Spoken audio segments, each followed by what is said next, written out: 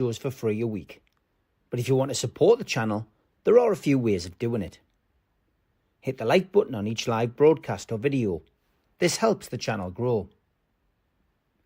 Hit the subscribe button and select the all notifications option. Hit the thanks button to buy a super sticker. You can do this on the live chat too. You can also join our Patreon page or buy us a coffee at the link in all of our video descriptions below. We are also looking for sponsors. If you want our latest advertising rates and how you can get involved, then email John at nufcmatterspodcast1892@gmail.com. Thanks for watching.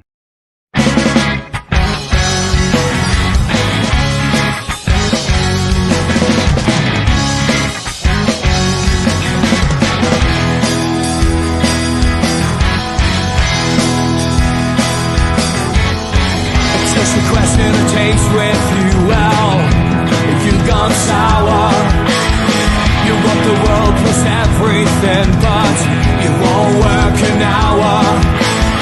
And now your questions are kept creeping, and you go and buy her flowers. You throw away the dreams we had, boy, I won't allow it. I said we're gonna fall out, let's see you get out. I think we're gonna fall out, so shut your mouth. Good evening, welcome along to NUFC Matters. It is the professionals with me, Steve Wraith, with Mitch and with Stu. Good evening, lads. Good evening, Steve. Good evening.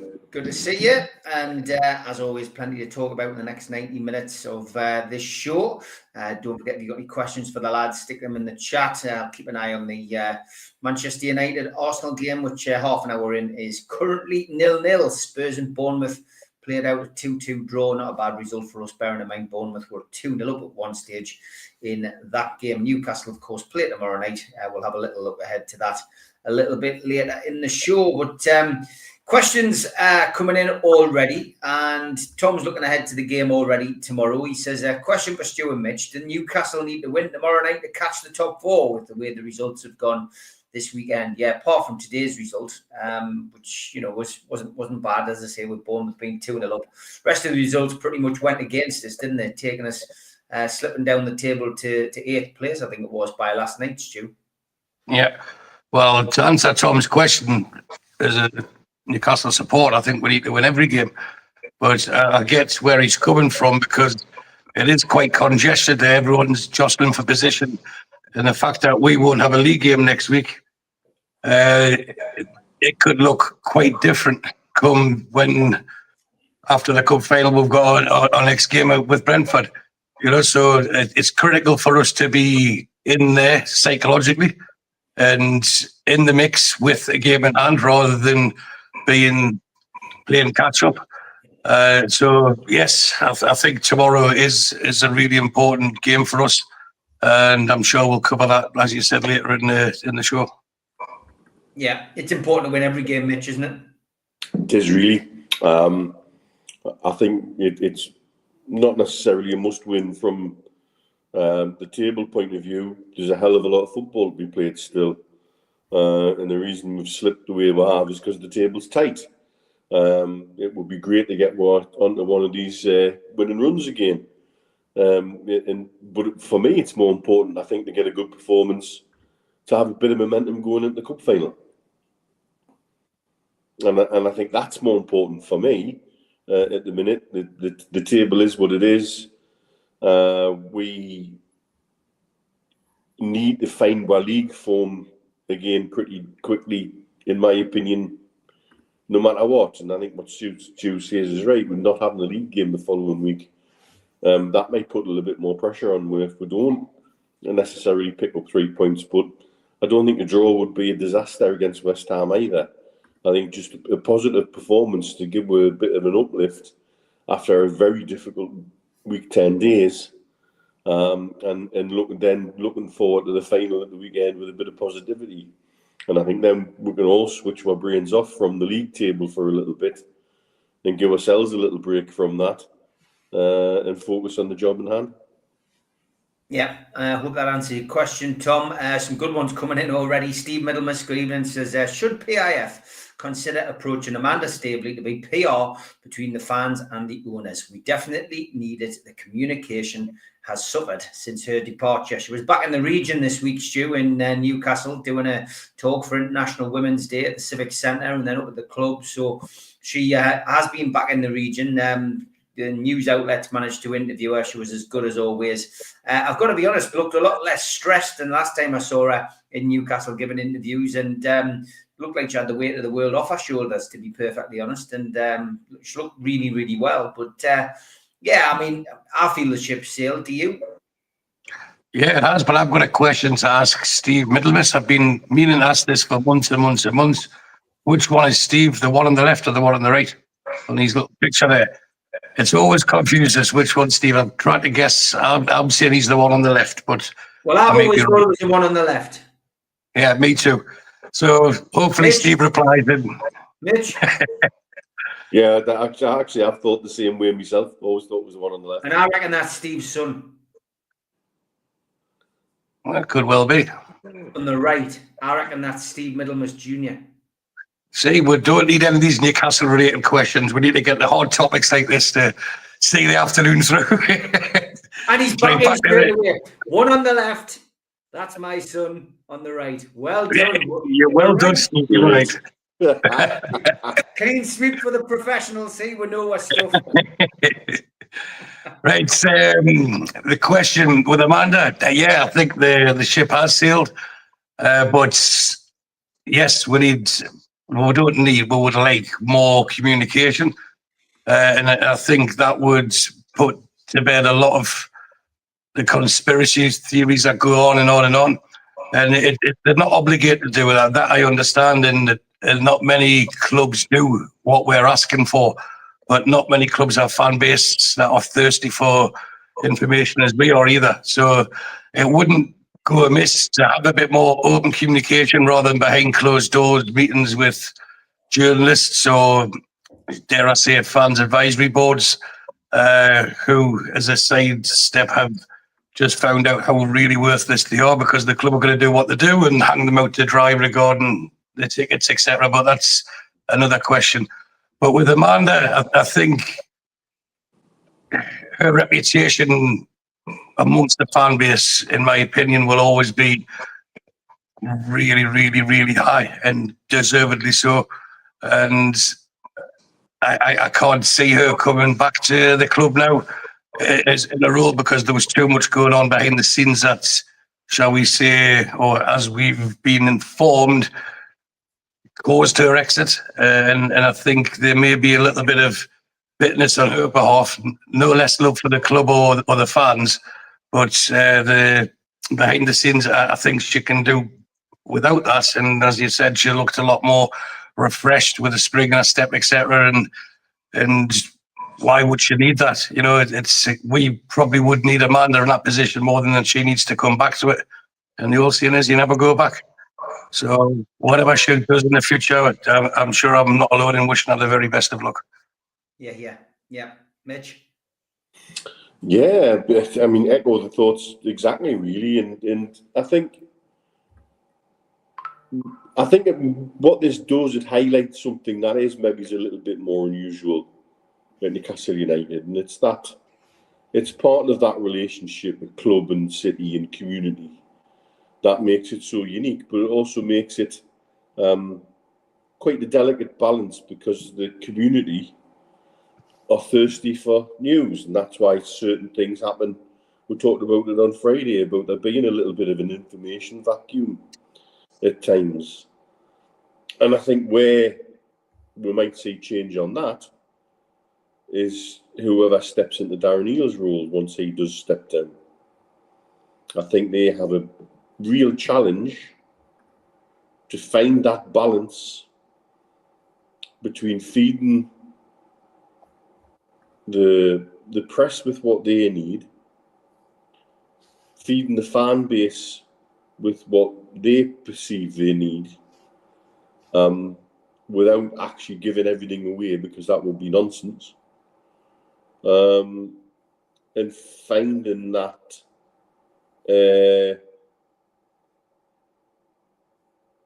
real sort of the right level at which to pitch information that can be given to the fans. As Stu rightly says, certain things have been exposed for what they always were for me in the last week, unfortunately. And we have a situation where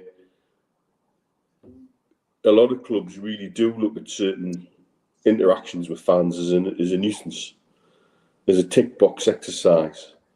But I think to be successful at Newcastle United in every way, you have to find a way to tame that monster a little bit, and interact with people and reach out properly without necessarily giving your game away. It's a genuinely difficult balance. I mentioned any relationship, if one side constantly neglects the other eventually becomes disenchanted with it, and it sours. Well, of course, it'll sour the relationship. Whether that's an individual relationship or a relationship between business and its customers, and ultimately they are a business. But the customer service is key in any business to ensure long-term success. And would it be that difficult to speak a bit more often? Probably not. Without being too critical, it does have the sense of we're better than you, we don't need to. But when there's good news, we'll come and speak with you. And they want the claps but won't take the slaps. And that way, the relationship will always be strained, I would say, until there's willingness on both sides. Yeah, the board has been growing well. I see Amanda as a type in the future joining too. Roger, I just don't think she'll come back. I agree with Stu. I think it's done and dusted now for various reasons. Stuff which we'll probably never be privy to. Stuff which we've alluded to on here a couple of times. But yeah, I think it's move on for everybody. But don't be surprised if you see her come back into football at another football club. That's what I would say. I think another football club will probably see the value of Amanda Staveley. Or in another football-related role with connections to PIF in Saudi Arabia. Yeah, 100%. 100%. Yeah. You wonder why I'm drinking Iron Brew. I'll come back from not Stu's house, but Dundee. I just want to thank the Newcastle United Scottish Supporters Association, NUFC, for putting together a wonderful night with Peter Beardsley last night. I went up and interviewed Peter. Taylor did a cracking job again. It's his second attempt at this. He had 180 bums on seats last night in Scotland. And of course, it's non-for-profit, this one. Of course, from his perspective, he gives all of the money to charity, local charity. It was a kids' charity based in Dundee, so the money all stays in Dundee.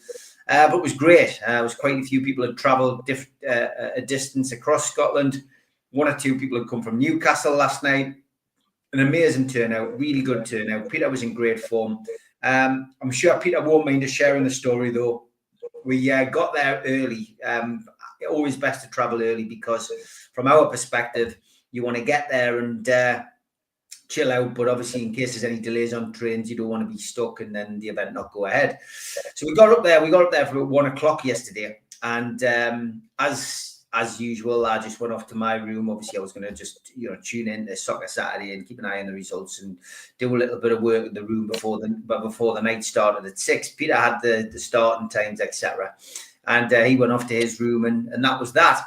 I came around about 5:45. I went down to check how the room was doing and then waiting for Peter to come in and do the start of the night, the VIP start. And Peter was nowhere to be seen. 6:05, I'm ringing him, no answer. 6:10, no answer. And basically, Jeff Clark, who, of course, used to play for Newcastle in the 83-84 promotion team, he was a big part of it. Jeff lives up in Dundee now. And Peter had gone off to see Jeff Clark, but he hadn't told us that he'd gone to see Jeff Clark. And he also thought that the place that he'd gone to see Jeff Clark was part of the hotel that we're doing the doing. So we ended up in a situation where me and the promoter, Taylor, were running around the hotel looking for Peter. At one point, we went to his room knocking on the door. The TV was on in the room. We thought he might have had some kind of fit or seizure or something in the room. A bit of a nightmare, but we got there in the end. It was fantastic. Peter came, arrived at the hotel. He brought Jeff with him, which was great. So we got a chance to see Jeff. Taylor met Jeff, and we had a great time. I said, well, the rumours of Peter's death had been greatly exaggerated. He was going, he says, I know. He says, I seen the clock and realised. So he came back. There was no harm done, and it was a cracking night. But Taylor, well done, mate. Iron brew in your honour tonight, and I hope you're a bit more chilled out than you were at the start of the night. It was a cracking night. I hope you've made a lot for charity. Great to see so many people there. So thank you everybody for coming. Okay, Neil Calvert's question for the lads. With PIF buying a 49% stake in Newcastle Airport, extra runways and expansion potential, do you think it's a matter of time before sponsorship starts dropping? I really don't want to be talking about sponsorships. I think I've had enough of my opinions about sponsors. But regarding the airport, it's something that's been mooted, said, repeated on here and on the Migos for probably the best part of 2 years, where the bigger runways will allow the bigger aeroplanes, and it'll make Newcastle an international hub, which would allow flights to go transatlantic. It would also boost tourism for the region, and unless there was an indication that they could get the runway to take the capacity of the bigger airplanes, I don't think we'd see PIF having 49% of the airport. That's just my personal opinion. Okay, Mitch, the airport's an interesting one, isn't it?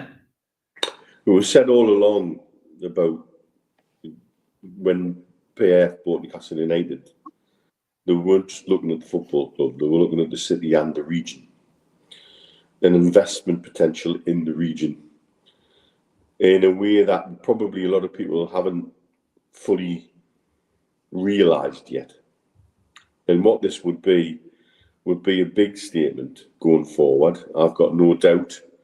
I've heard from people connected to PIF over here, the word is yes, they want a second terminal.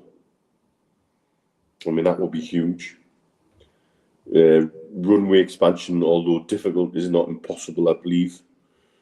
And that would make sense for them.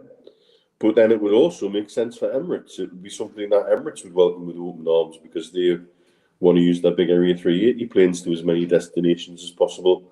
And the reason they can't send an A380 into Newcastle is the length of the runway. And apparently it's only something like 20 metres too short. It's not like it's massively short for that to happen. And so there's probably a little bit of negotiation to do between PIF and their owned or partnered airlines and Emirates. But I don't think that's an impossible negotiation. I'm quite sure they've worked together on other things in this region on many occasions. So I don't see that being a big problem. I think everybody would see the win-win there. That would raise the profile of the airport. It would be fantastic for jobs. As Stu says, you're talking about boosting regional tourism. If we were to become a transatlantic hub for, say, let's say Riyadh Air, the company that they've set up to be, an alternative to Saudi, that they would come to Newcastle and then Newcastle onto the US. And that's the kind of routes that Saudi, from a business perspective, would want on a regular basis. How that would change not just the airport, but the way the region is looked at from a travel perspective. Because we've been ignored, and yes, this is the other thing, is Newcastle sits as an island almost, and you hear Manchester and Leeds wailing about HS2 and the failure of the expansion of the railways, where basically the government's map stopped at Leeds as far as transport and infrastructure was concerned. There's still this, the problem with the doubling of the A1, Sod them in Newcastle, they don't need to drive safely into Scotland and back and forth. It's horrendous how we just get ignored. And so as a region, we need to think about, particularly now since Brexit, there's no money coming in from Europe to help fund things. Any regional investment that comes from a private source should be welcomed with open arms and the opportunities seen, because it's done with the right intention. I was going to say our friends, but it's not really multiple people, is it? It's one individual who runs the anti-Saudi supporters group. Have already made that gums flap on social media about why should the regional councils be forced into partnership with a bloody regime. Well, do you know what? That's called business, mate. That's how the world works. And so, I don't want to catch somebody with it. It's how the world works, and certainly PIF's vision for the region is part of that whole 2030 vision that they have. I think doing something with the airport is a significant part of that, to then launch further projects in the region. And that's the way we should look at it. Just to add to that, Steve, what it does is they'll open not just the eastern seaboard in America, which they'll take in like the New Yorks and Bostons and Florida, etc., but also beyond that, like the Atlantas, Philadelphia's, Chicago's, and it's a 7 plus hour flight from Dubai. It'll be about a 7 hour flight from Saudi, and it's the same distance or same time again onto America. So it'll either be used as a transit place or a stopover where come and enjoy Northumberland. So it's not just Newcastle city centre. Come and enjoy Northumberland for 2 or 3 days. Come and enjoy the northeast, and the advantages are huge. Now, I know it'll be on a much smaller scale, although it's a big scale for Newcastle as a city and beyond. But this year is the 25th anniversary of Emirates Airlines. And what Emirates did, they built an airline and they built a country. Dubai 25 years ago was nothing. Bahrain, believe it or not, was the main stopover in the Middle East. It was the main transit hub. But Dubai had the foresight and the initiative to build that airline, get connections globally, and it's a huge, huge success story. So sometimes if something's really good, rather than try and beat it, try and copy it. And I think that's quite exactly the route that the PIF are going down. They see not just using Newcastle, but the fact that it gets Newcastle could be the gateway to the States, to Canada. You know, you'd like to say Toronto's on the eastern seaboard as well, I suppose. And if Trump has his way, it's a stop off to Greenland as well, isn't it? So there's so many options available and so many good points. And I think for the sake of, call it 20 metres, but let's call it, because there'll be an expansion of the airport as well. It couldn't stay the same size. So let's say it's a square mile around that needs to be done. And I understand that might affect a couple of birds or a couple of tadpoles or something like that. But the greater good for the region surely overrides that. And I'm quite certain that the conservation side would be looked into as part of the deal. Yeah. Okay, some great questions coming in tonight. Keep them coming in. It's nearly 600 watching across all different platforms. If you're watching on social media such as Facebook, LinkedIn, Twitter today, just jump over to NUFC Matters on YouTube. Hit the subscribe button. We do 7 shows a week. Lee G comes in with 2 questions. This is his first one. Question for the lads. In your opinion, on the pitch, would you say we are now ahead of 2 of the big 6, level with 2, and behind 2?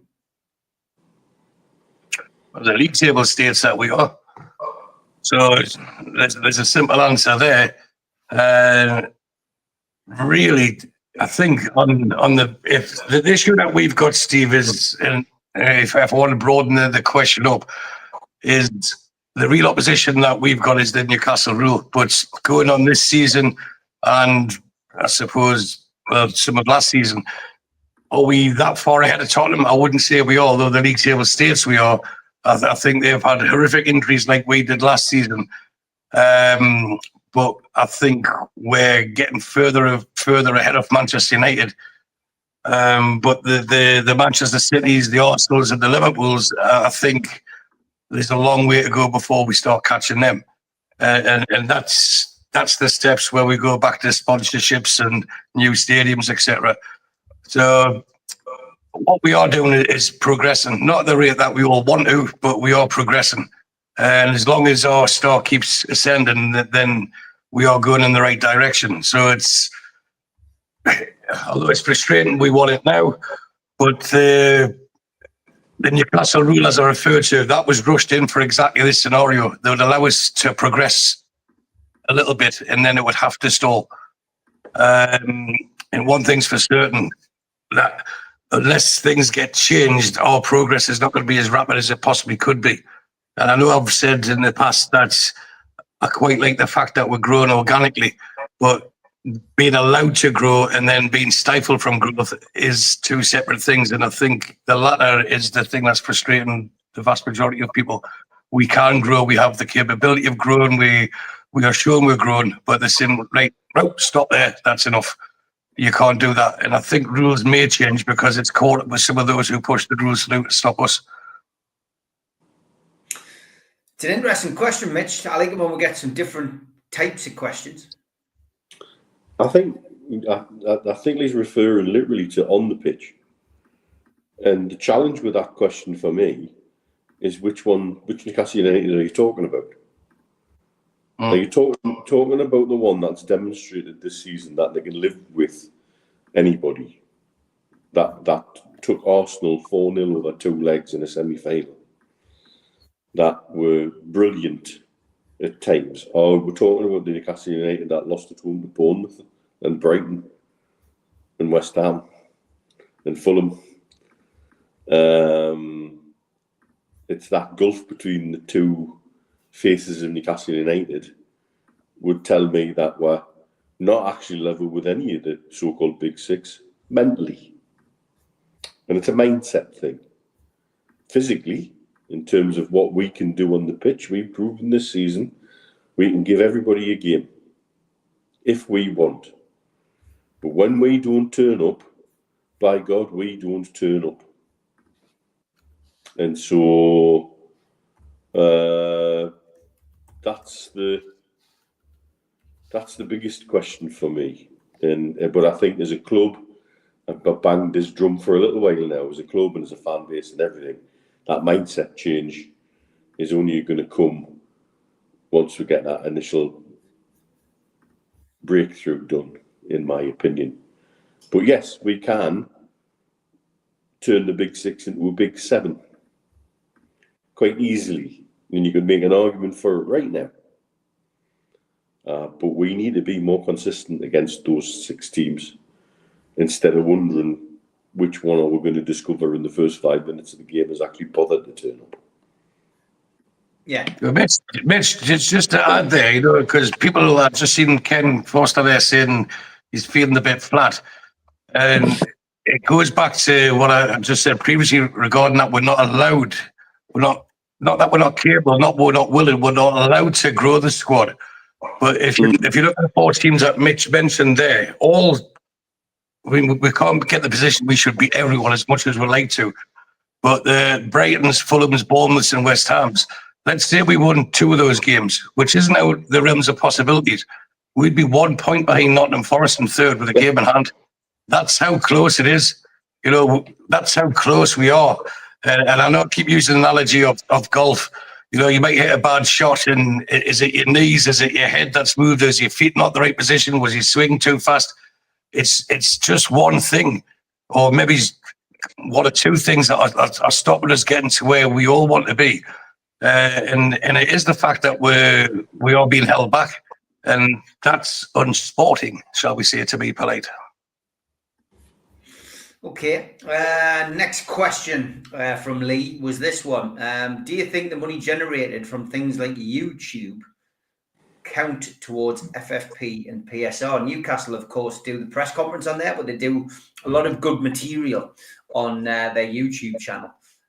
Is is income like that something which counts towards PSR? Would you think? Is any income, or is there a certain income that doesn't, Stu? Is that a question you can answer?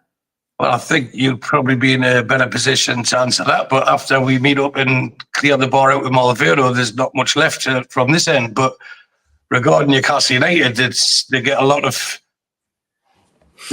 views, and I'm sure it's a revenue stream. So I can't see why it can't count towards financial fair play or PSR or whichever other acronym we're using this week. So yeah, I'm sure it would, because it's a revenue stream, isn't it?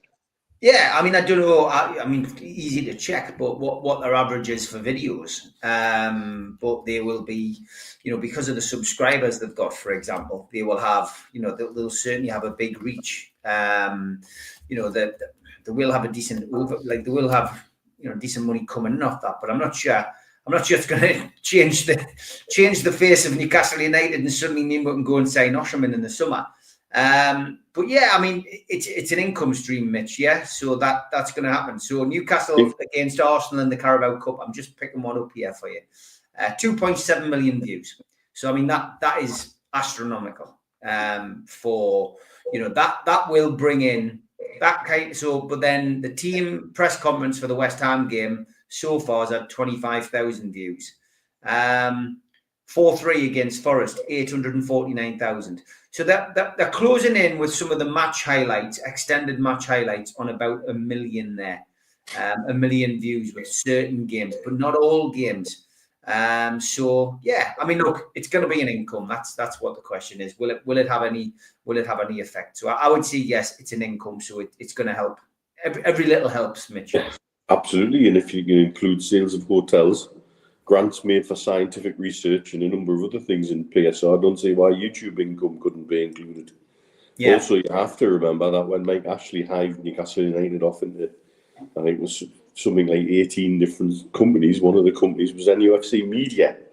And NUFC Media was one of the things that he didn't want to sell. When he sold, he eventually did. But he wanted to hang on to it, and that would suggest to me there's definitely money to be made there. And he knew that, and he could see that, and therefore didn't want that bit to be sold. Wanted to retain that. I think that's one of the biggest measures of how we could look at it, really, to me. But certainly, there's absolutely no reason that is part of Newcastle United. It is an income stream, and I don't see why it doesn't count towards PSR personally. Yeah. Okay, well, I hope that answers your questions, Lee. Two good ones, mate. Keep them coming in. If you've got any more, thank you very much.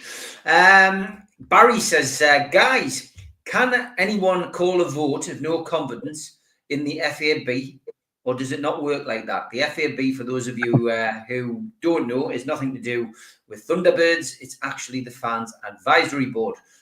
Mitch if you haven't watched it already, give the Amigos a watch. It was spoken quite a lot about by Mitch in a very passionate way the other night. So what's your feelings on that? Can you call a vote of no confidence and something like that? It's a closed shop, isn't it? It's a closed shop. It was handpicked by interview. It wasn't even, I don't even know if interviews actually happened. There was an application process online.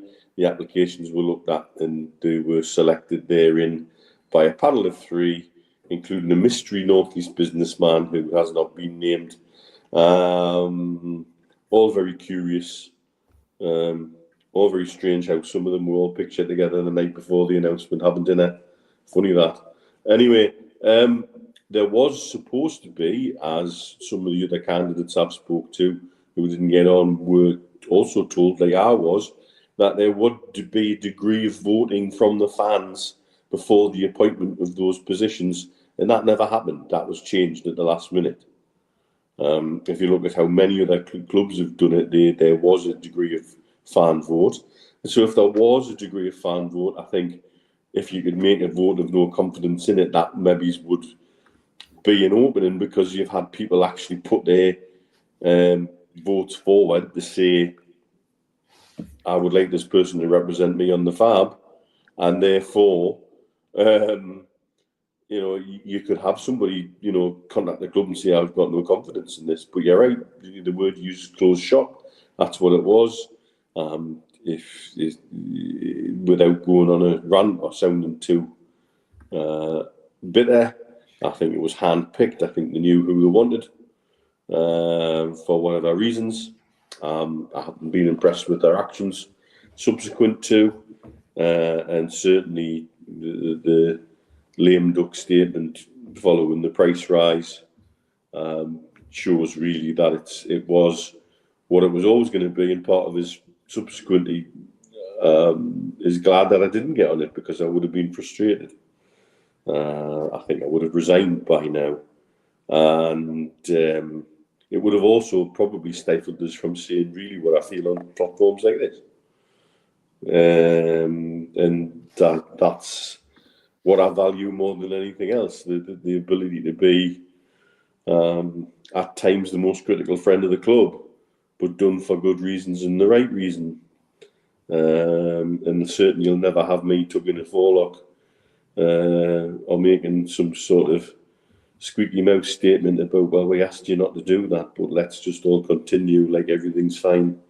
Have a pair of balls like Man City's father had. But that's a conversation for another time, I suspect. Yeah. Okay, good. So your feelings on this, Stu? I mean, you heard Mitch's comments on the FAB. What was your feelings on Mitch's?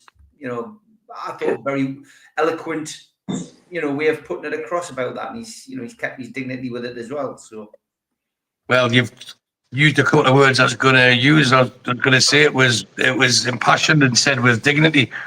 But I was more alarmed at the question that was posed to us there, because I'm a bit perplexed by it, for the simple reason is, how can we have a vote of no confidence when there was no confidence in the beginning? The whole thing was a stitch up, and it smacks of something like the House of Lords and stuff like that. If you're going to do a vote, and this is something that George Mitchell goes on about with the ballot, it's not a ballot if it's not done fairly. There's never figures released. There's never anything shown why those people were chosen.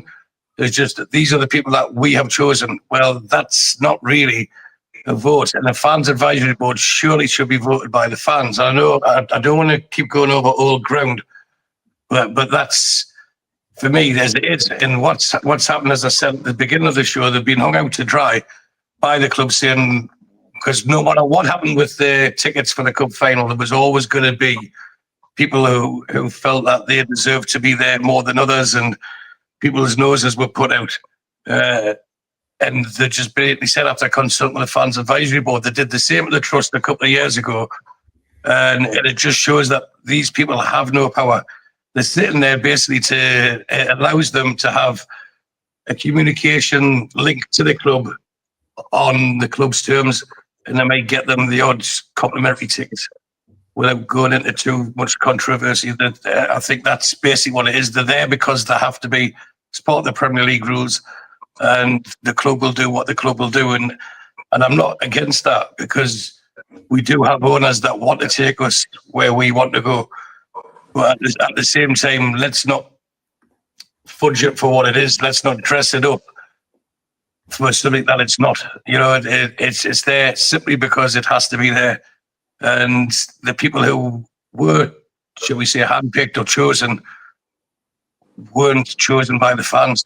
So how can they then advise the club on what the fans are thinking if the fans haven't had a chance to vote? And that's one thing I'll say in favour of the NUST. At least when there's candidacies available, it does go to a vote. I know it's only amongst the members there, but they have to draw the line somewhere. At least to say, these are the candidates, vote for who you want. And if someone's brave enough to put their head above the parapet and collect enough votes, then so be it. And that never happened with the fans advisory board. So it's not a good look. And I think everyone knows how much regard I hold Mitch in, and I'll back him through thick, thinner and thicker.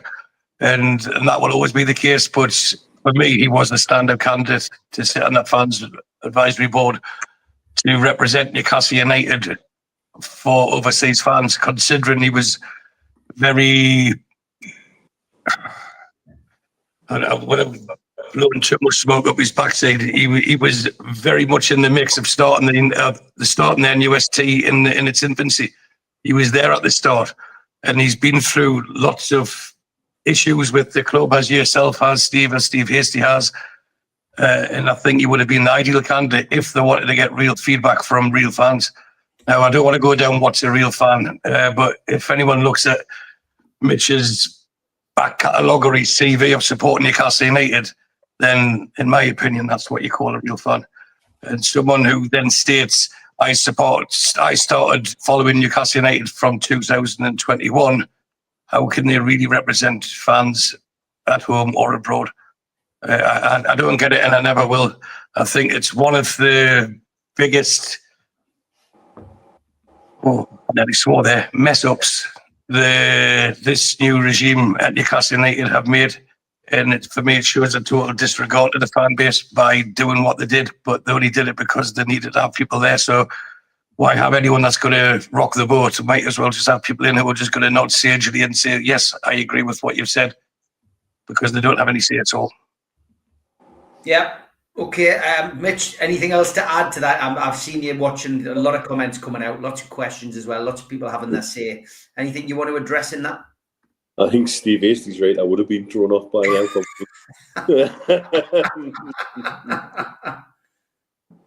Yeah, I don't think we're in a case of walking out the door.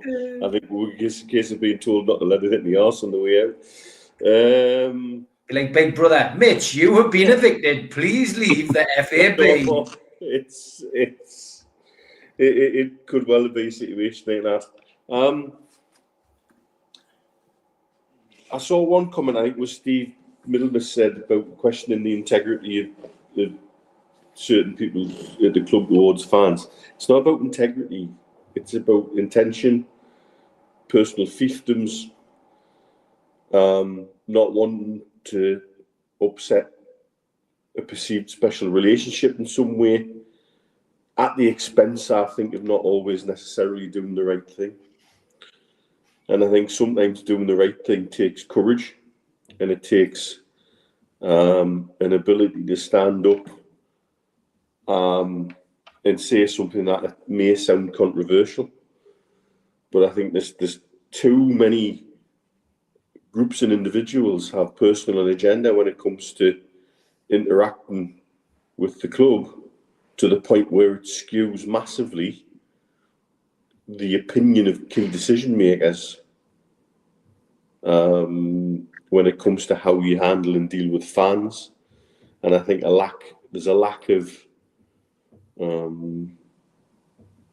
seeing a bigger picture there that would only come with people who've got a bit of that history and ability to share that history without controversy or personal agenda, to make sure that the right things are done where possible, or when there's something that has to be delivered that's not necessarily comfortable, it's not done and then Mike Ashley, let's wait till an international break, drop a big, Bombshell. Yeah, drop a bombshell on the fan base, and then by the time they come back after 2 weeks, it'll all calm down a little bit, and we'll have had a couple of days in the papers, and it's fine now. As a fan base, we can tolerate even the most difficult of decisions if we feel like we've been interacted with and our opinions been taken on board, even if the decision's made in an opposite direction. Look at how positively initial talks about building a new ground when Sir John Hall did it was. And he wasn't one for having great big powwow fan groups, really. But he understood it needed a certain touch. And for all, there was still people, and there will always be people who do not want to leave St James's Park, and I get that. Totally get that. It was received in a far more positive way than I think anybody initially thought it would be. And that was because of the way it was done, not what was done. And I've seen, since I had my little rant, and then since I had a little rant about season tickets at the weekend, I get some fantastic interaction through social media with people with different opinions. And I'm happy to engage with everybody about it. Why? Because that's the only way forward.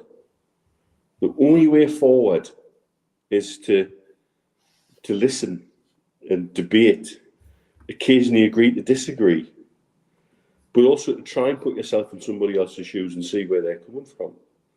Because then you can understand why they may be so absolutely diametrically opposed to what you think. Because if you then try and understand that point of view, it makes it far more easier to communicate with those people. And there's just none of that happening. And it's difficult. I know how difficult it is. It takes time, it takes effort, it takes how many miles did me, Bill, Steve Hasty and many others doing road shows converting the then NUFC to NUST. I was out 3 nights a week. Not that I was complaining, I had a pint in my hand three times a week as well. But that was all the way from the Scottish borders down to North Yorkshire, even and across to Cumbria. And we did that out of our own pocket. Listen, the difference there, there's a big difference. You were willing to do that. And I know there's a couple of decades apart, but if the people on the fans advisory board aren't willing to do that, they shouldn't have either put their name forward or allowed themselves to be elected for the betterment of the club, of the fans. So, I mean, I know we're just going to go at the break, so I want to say something a bit light-hearted. There was a bit of debate in the chat regarding alcohol consumption from Mitch and myself if we ever visited the Stack and would that help PSR. Well, this is something that happened to me today. Well, actually, last night I realised after watching Scotland beat Wales in the rugby that my calculations on how much Jägermeister I've got left were wrong.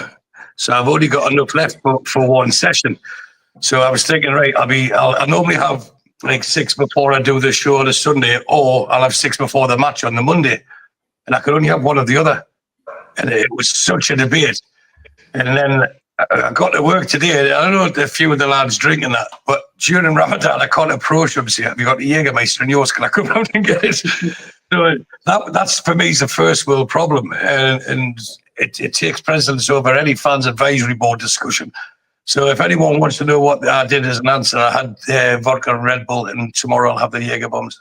So that's how I compromise with that. Just to put a smile on people's faces. I just thought I'd put that in before the break. Quick ad break, back after this.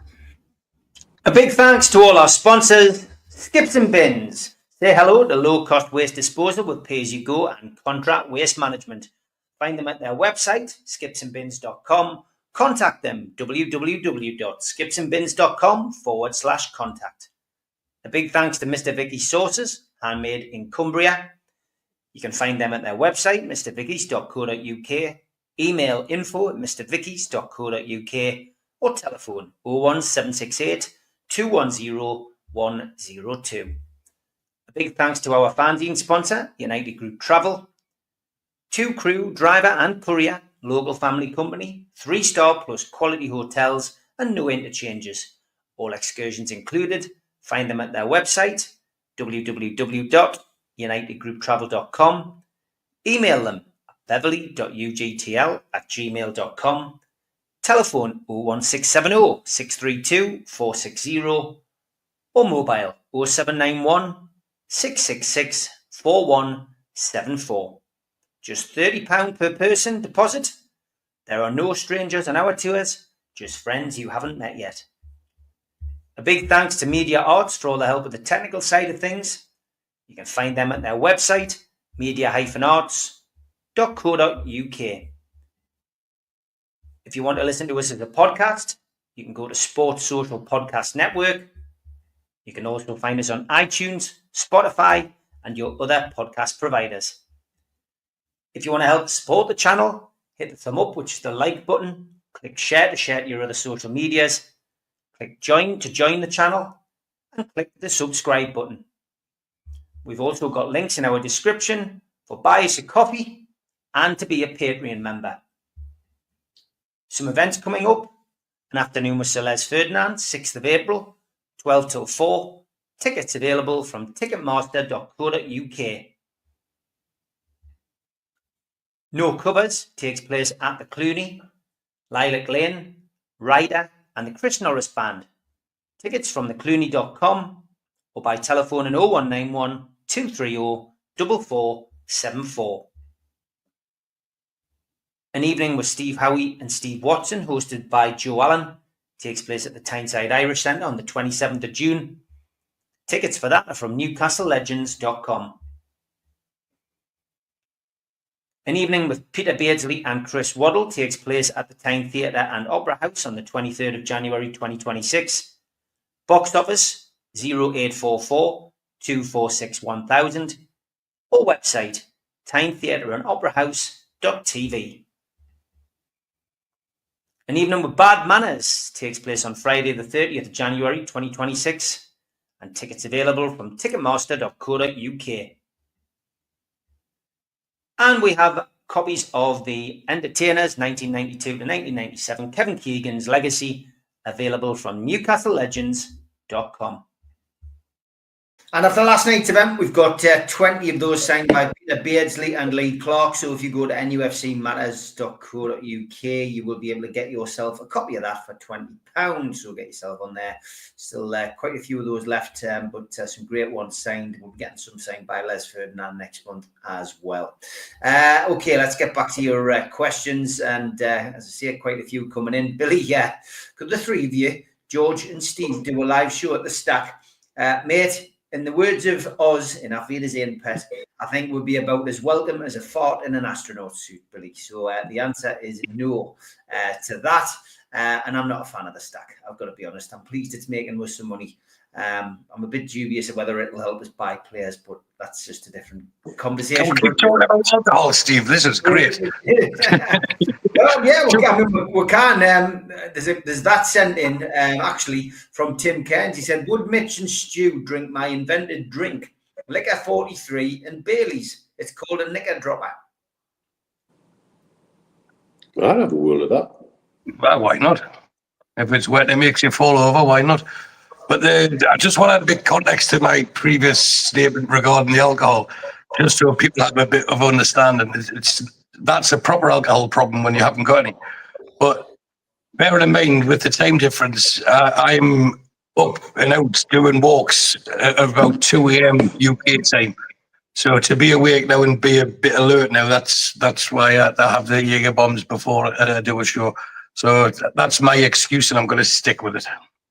All right, good stuff.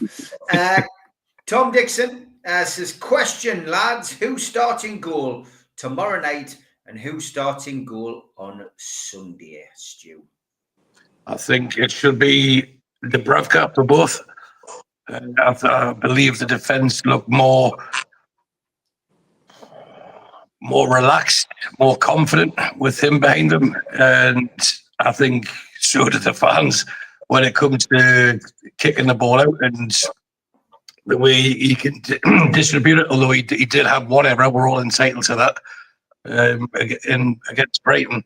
I think if you look at what he's done since he replaced Pope through Pope's injury, and sometimes it happens, someone gets injured and one man's misfortune is another man's fortune. And I don't think Dubravka did that much wrong to get dropped for when Pope come back in.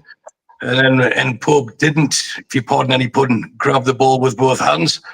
And Dubravka got put back in, and he was probably, if not the man of the match for us against Brighton, he was certainly one of them. And you've got to have some sort of continuity. And if he starts tomorrow, which I believe he will, it's quite clear you give him the gloves again for Sunday. Yeah, I mean, I'm going to go for Dubravka for the final. And I never thought I would have said that 12 months ago, because Dubravka for me was finished at Newcastle. I didn't see a way back for him. And, been through it many times on here about him, what he said when he went to Manchester United. But he has come back and he's had a resurrection. I'm gutted for Nick Pope, by the way, because I do like Nick Pope. I was prepared to take the dodgy kicking, because his shot stopping was exceptional.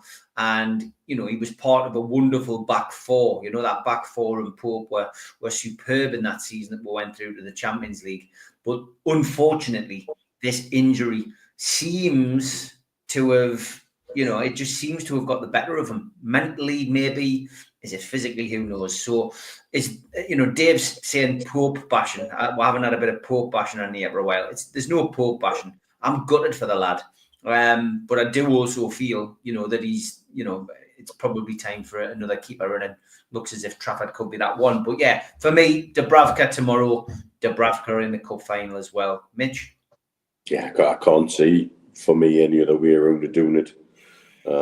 Again, like you, it's not about bashing Pope. It's about wondering what happened to the goalkeeper we had prior to that sending off before the last time we were in the final. And since that moment, for me, he's been in decline. And he's had injuries, and he's not come back looking quite the same to me. There's times he looks like he goes down in stages.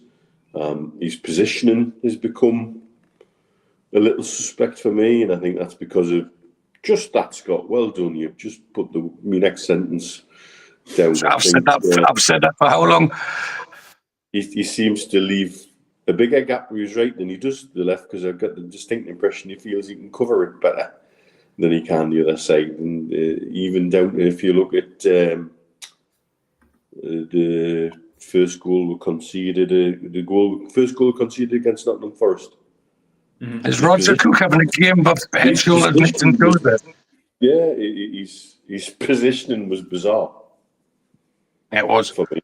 And so I don't think he's quite been the same player since he got sent off before the last final, let alone subsequent to injuries. And I think for continuity, and like you, I can't believe I'm saying this, because I had Dubravka's bags packed and I would have flown back to Newcastle to drive him to the bloody airport. Mm-hmm. I think it's an amazing testimony to Dubravka's form. And I think we also look better in terms of many different aspects with him at the moment. And so I think they're two big games. Dubravka for both. Just to add, Steve, it's probably anyhow his biggest decision for the next two games, because due to the injuries, there isn't that many tough calls for him to make. But for me, this is probably the most critical one. And I'm worried that he might go down the sentimental route because Pope missed the last one with the red card. But then I know there's a lot of chat in the chat about Pope bashing. Isn't it just a good job on the scene we're talking about religious names? Isn't it a good job that he's not called Bishop? I was going to say that. It's class. I could see your mind. I could see your face, and I was thinking. I was hoping Mitch wasn't going to say it. I was waiting. I was like, Mitch, don't say it. Let me get the Bishop bashing, isn't it? Classic. Okay, next question. Let's go for something again different, which doesn't upset SJP Dave. Where are we going to go? Tim, you put this one in earlier and you sent it on social media as well. The corrupt officiating is still quietly going on, as you can tell by the bad decisions, which are still going on. I believe both managers should have one red flag decision to use to overturn. What do you think, lads? Stu? I think there's been too many tweaks to try and Americanize the game, and for the one, FIFA even got a panel. I think Wenger's on it, isn't he, to come up with suggestions on how to improve the game. If not, for me, it's just like radical decisions, and it's change for the sake of changing. Now, the red flags, then do we go to tennis where they've got like 3 calls, or is it the cricket? They've got 3 calls. And at the end of the day, football is, or it should be, a blood and thunder sport, and the referees are human. And like all humans, they will make mistakes. If they're making them on a regular basis where their integrity gets called into question, then that's a different matter. But if you look at how much drama there's been with the VAR, I mean, a red flag, I'm sure the sponsors would love it.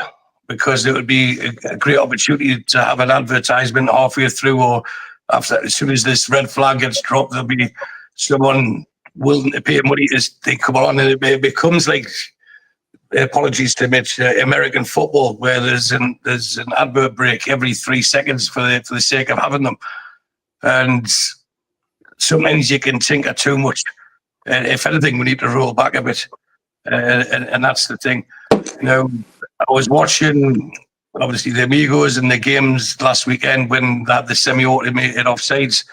It worked perfectly well in the last major tournament.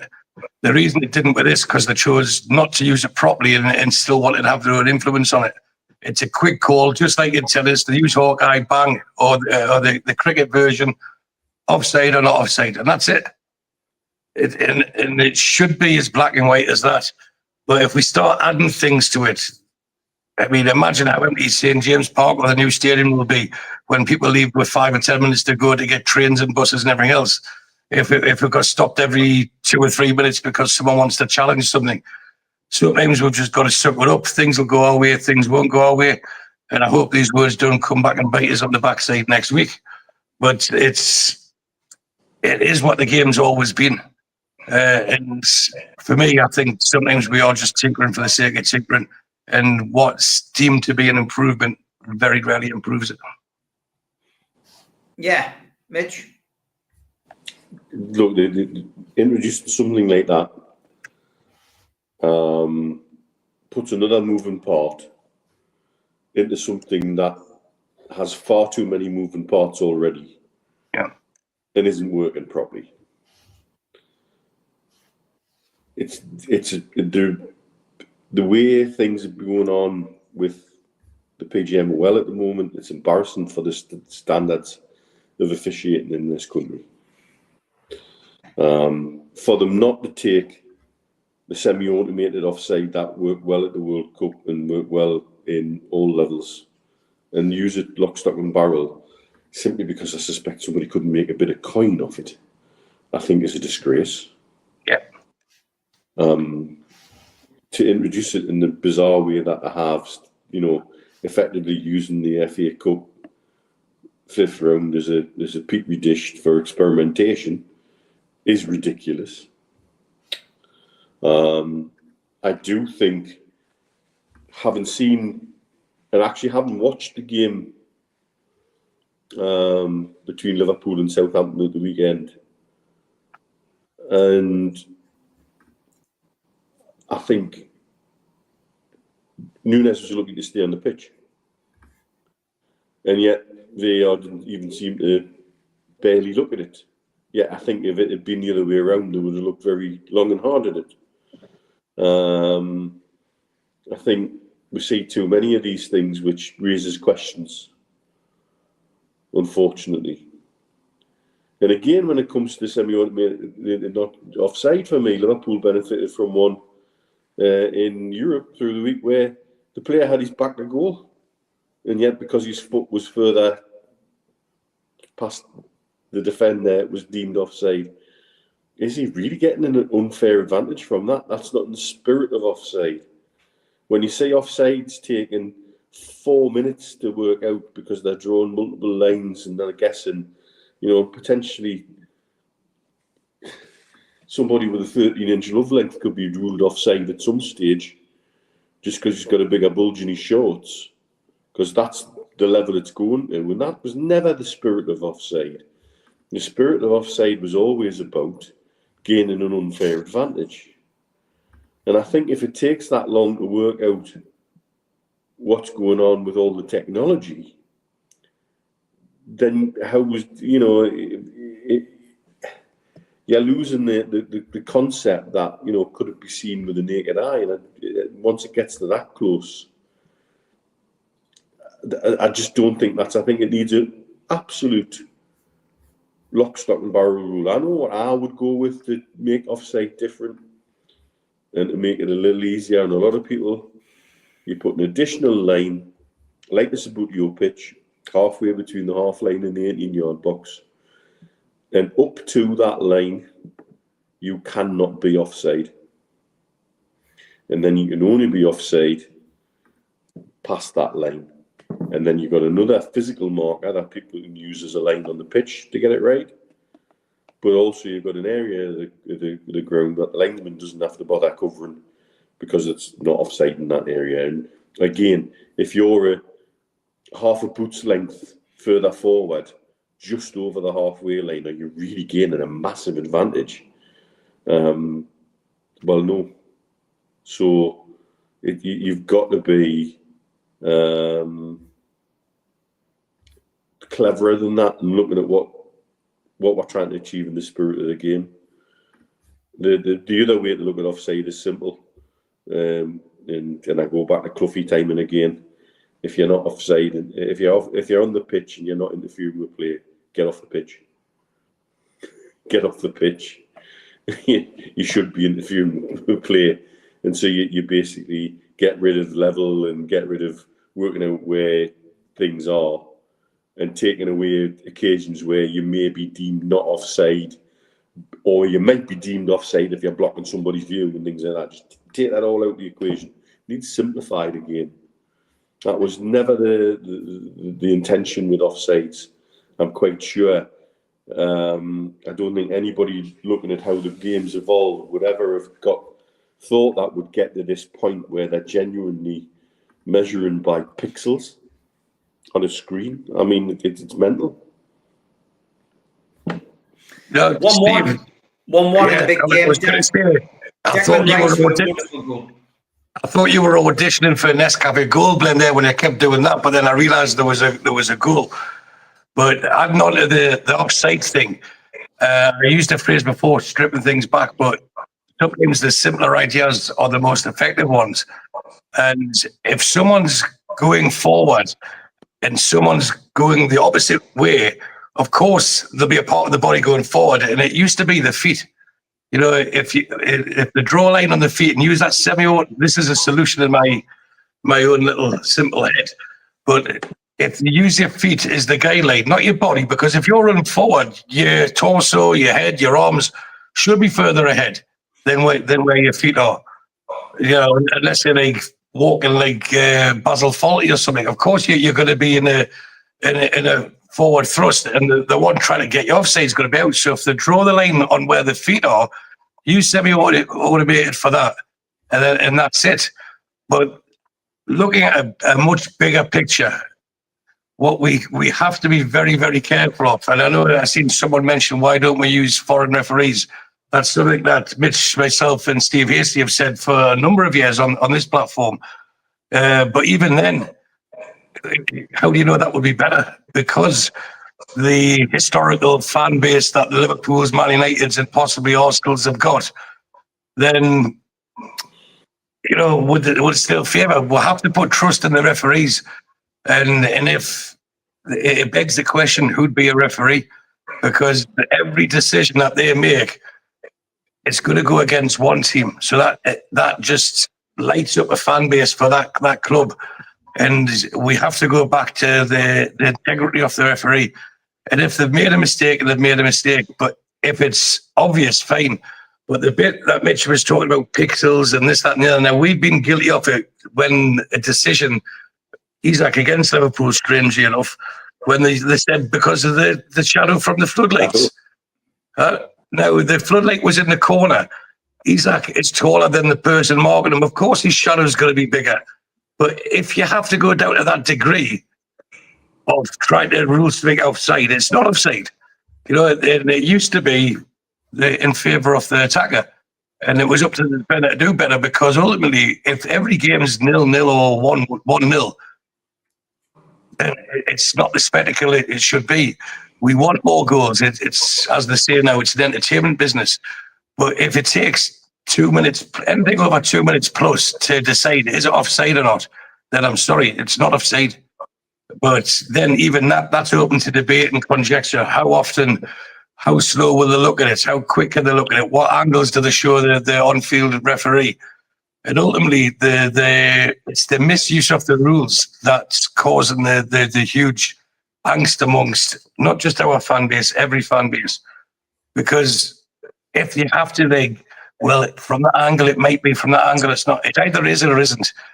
But I thought it was clear and obvious. And if it's not clear and obvious, then it shouldn't take 5 minutes, 8 minutes, as someone mentioned in a game last week, to decide if it's offside or not.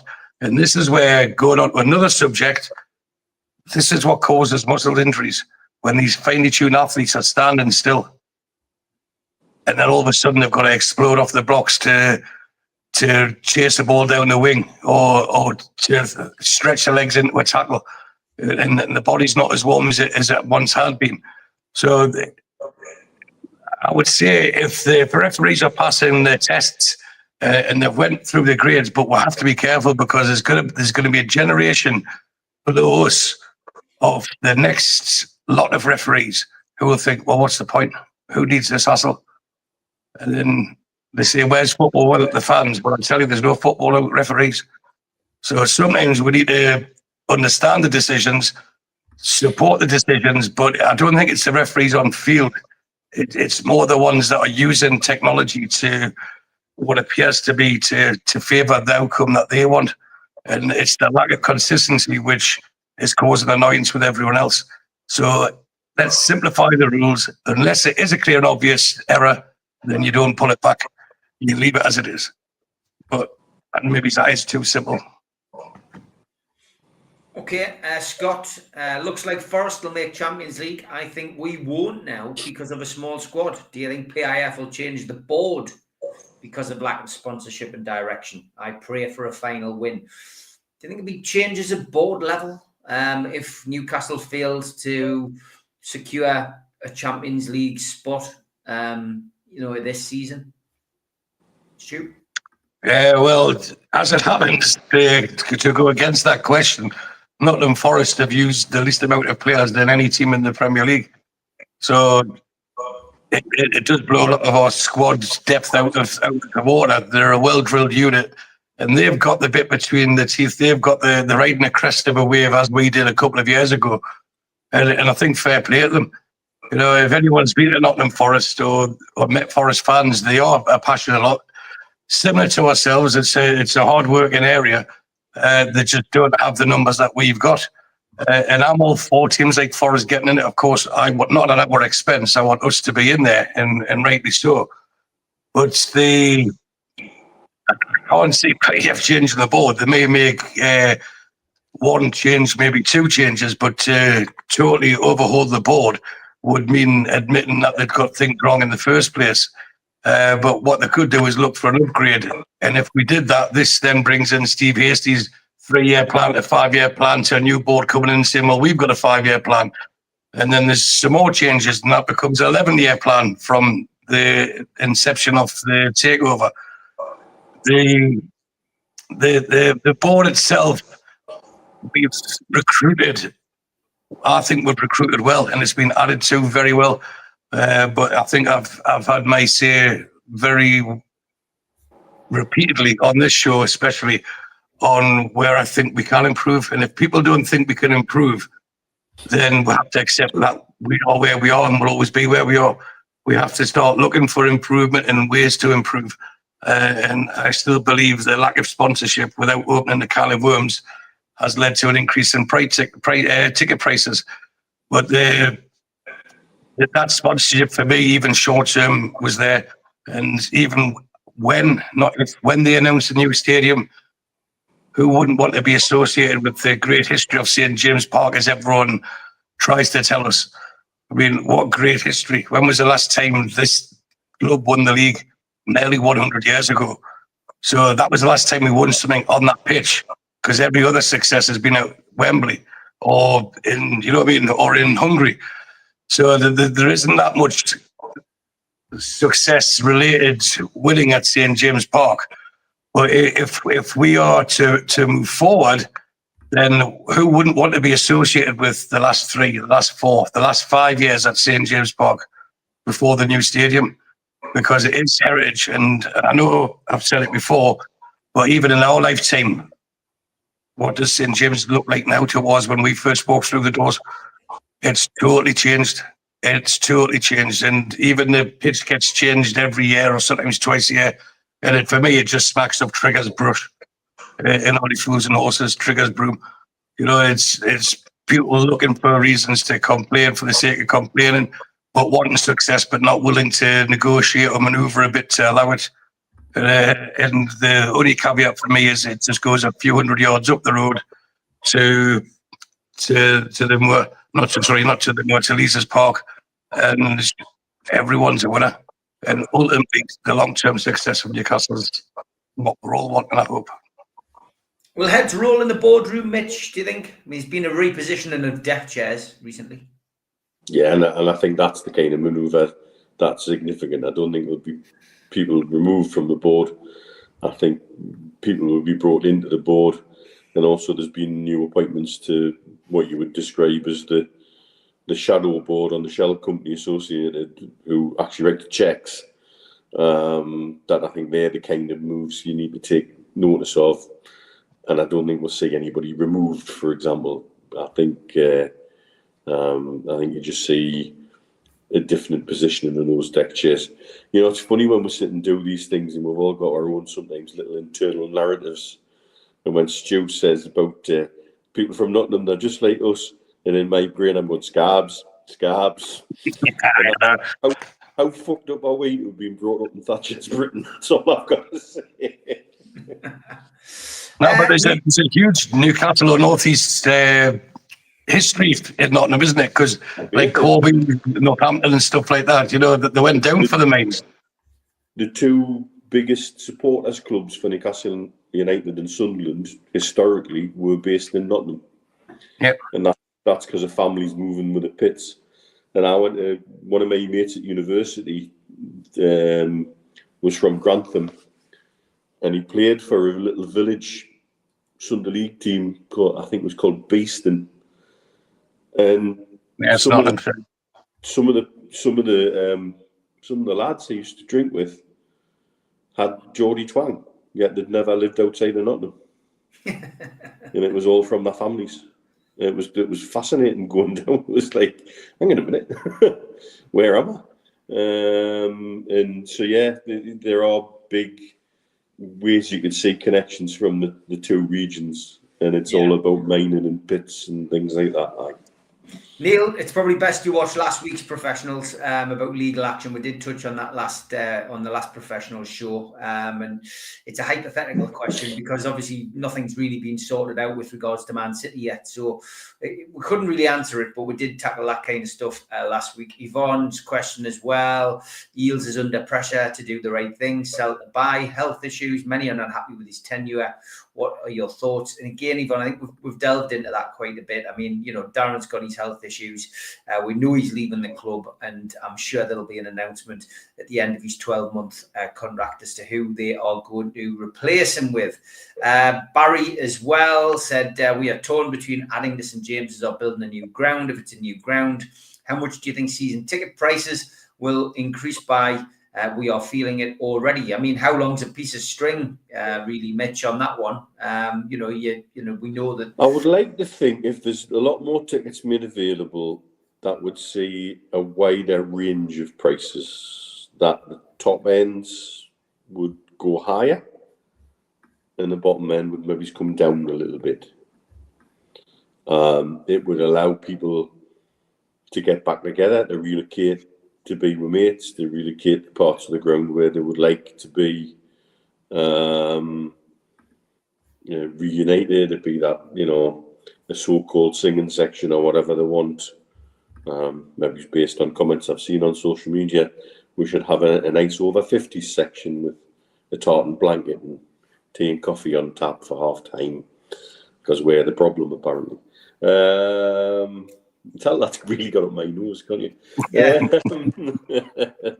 So yeah, that's what I would like to see. I would like to see a wider range that allows the club to do what they want to do to get match day income up to that magic £1 million a game mark, where the so-called top clubs want to be, but also allow a range of ticket options to allow more people to get access. We need to be allowed to bring more kids.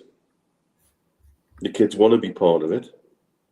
We've now got I think the numbers today were 380 plus books for the cup final here in Dubai.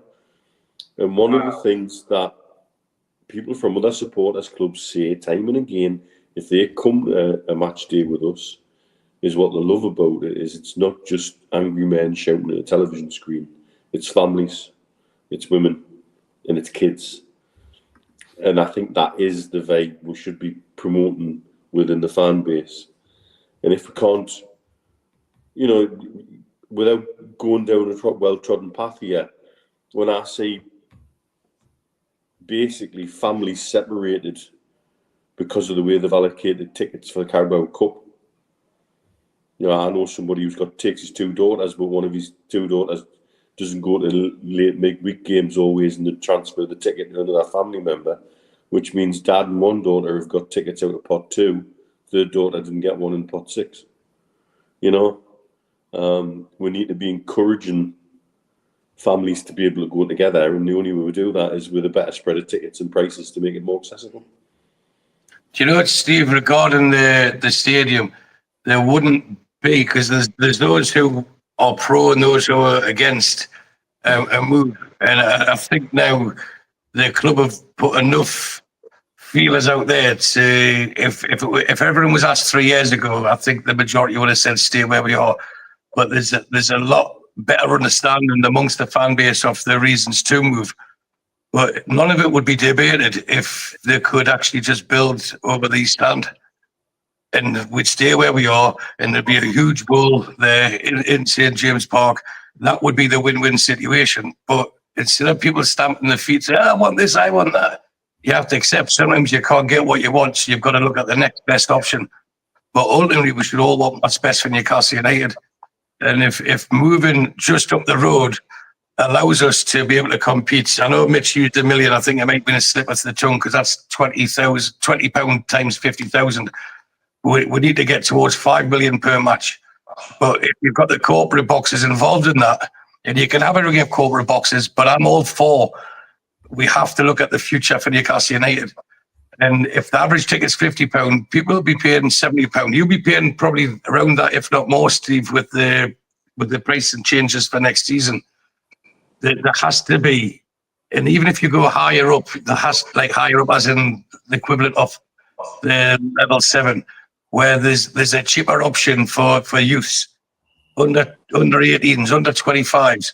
You've got to get the next generation through the door and engage with them and make them feel part of it. And there has to be, but a new stadium would allow that. It's a blank canvas where a proper fans advisory board could sit with the club and say, these are the suggestions, this is how. Because people are talking about the atmosphere, but all I've heard, apart from the odd game here and there over the last few seasons, that atmosphere is terrible at home. And I know we've cited many reasons for that. People aren't sitting with who they want to sit with. That can all be fixed. And if it's a better Newcastle United with a better atmosphere, they can get the stadium where it will create a better atmosphere.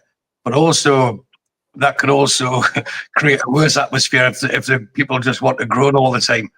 So sometimes we've got to be careful what we wish for, but if we want to bet Newcastle United, whether you like it or not, there has to be an acceptance that we're moving up the road. And to me, to a 70,000 seat stadium, which will incorporate a ring of corporate boxes, it will allow people to get back to sitting amongst their friends, allow a singing section, a huge singing section. There's so many things. Put everything in the box. You can appease just about everybody. If it's done correctly, if there was a fans advisory board who are willing to listen to fans, to talk to fans, to liaise with fans, but they seem to be more silent than Mike Ashley's cohorts, and that, I think that's the problem. Well, I just thought I'd get that a little bit off my chest as well. Yeah. Okay. Let's just finish off, Stu, with your feelings about tomorrow night. Me and Mitch have already given ours on the Amigos. What's your feelings on the match on Monday night? I'm delighted for tomorrow night, because then I'll be able to use the Jägermeister. So that's the most important part. If had you asked me this question a week ago, Steve, I was strangely pessimistic. I thought that we'd get beat off West Ham, and that was prior to Hall being announced injured, Botman being announced injured. And then everyone knows that Joe Litton's on walking a tightrope with his yellow card. And I just thought, are we going to risk this? Are we going to forsake this game to try and go to Wembley with a chance of winning? But as the week gets on, and as we all are, you become more and more confident, and whether it's false hope or a false sense of security or just stupid belief, you want Newcastle to win. And you're always in a situation where you start looking at the positives. Well, if this happens, we can win there. If this happens, we can win there. But then I try to break things down. And I know I mentioned this most games when we're looking at predictions. How many of their players would get in our team and how many wouldn't? And at this stage, you might have Bowen on the right wing. I don't think their keeper's any much better than ours. They maybe have a centre half that would get in our current pairing due to the lack of choice we've got. I think had we said last week, I would have said we got beat 2-1. During the course of the week, I think, as Mitch said earlier, I would settle for a draw. But because of the results that have happened, I think it's imperative we go all out. And if anyhow's high octane, front-footed mags are to be believed, this is a great opportunity for them to go and stamp their authority on a game and say, we are here, we are serious, we're not going to pick and choose our games. We know what we need to do. And sometimes when their backs are against the wall, that's when we're at our best, when there isn't another option. There is no, let's be distracted, let's look the other way, we can put it off, we'll win next week or we'll win the week after. After the cup final, there's 10 games left. And we don't have the best run of 10 games in comparison to some of our rivals. So I'm now of the opinion that we will go there with a more focused, determined attitude, and that will take precedence over any cup final. Because I think since we've beat Arsenal, we've coasted, and certain players have coasted it. And I still think even with the suspensions and suspension and the injuries, we've got a starting 11 that is more than capable of turning up at West Ham tomorrow. And I'll see it, handing them the Ross. I also think we've got a starting 11 that can beat Liverpool, but they're going back into earlier in the show. The problem is with the squad, we haven't got many game changers. So if we're to win the cup final, it'll be in 90 minutes, but tomorrow is a 90-minute game, and I think we can win. Of course, I'm back 3-1, but I think we'll win 2-0 tomorrow. Okay, thanks to everybody in the chat. 900 plus watching tonight. If you're watching on anything other than YouTube, jump over to YouTube, hit the subscribe button, just search NUFC Matters. Back tomorrow, 6 o'clock with the Fans Forum live. Thanks, Mitch. Thanks, Stu. Thanks to everybody. Take care. Thank you, everyone. Have a good night.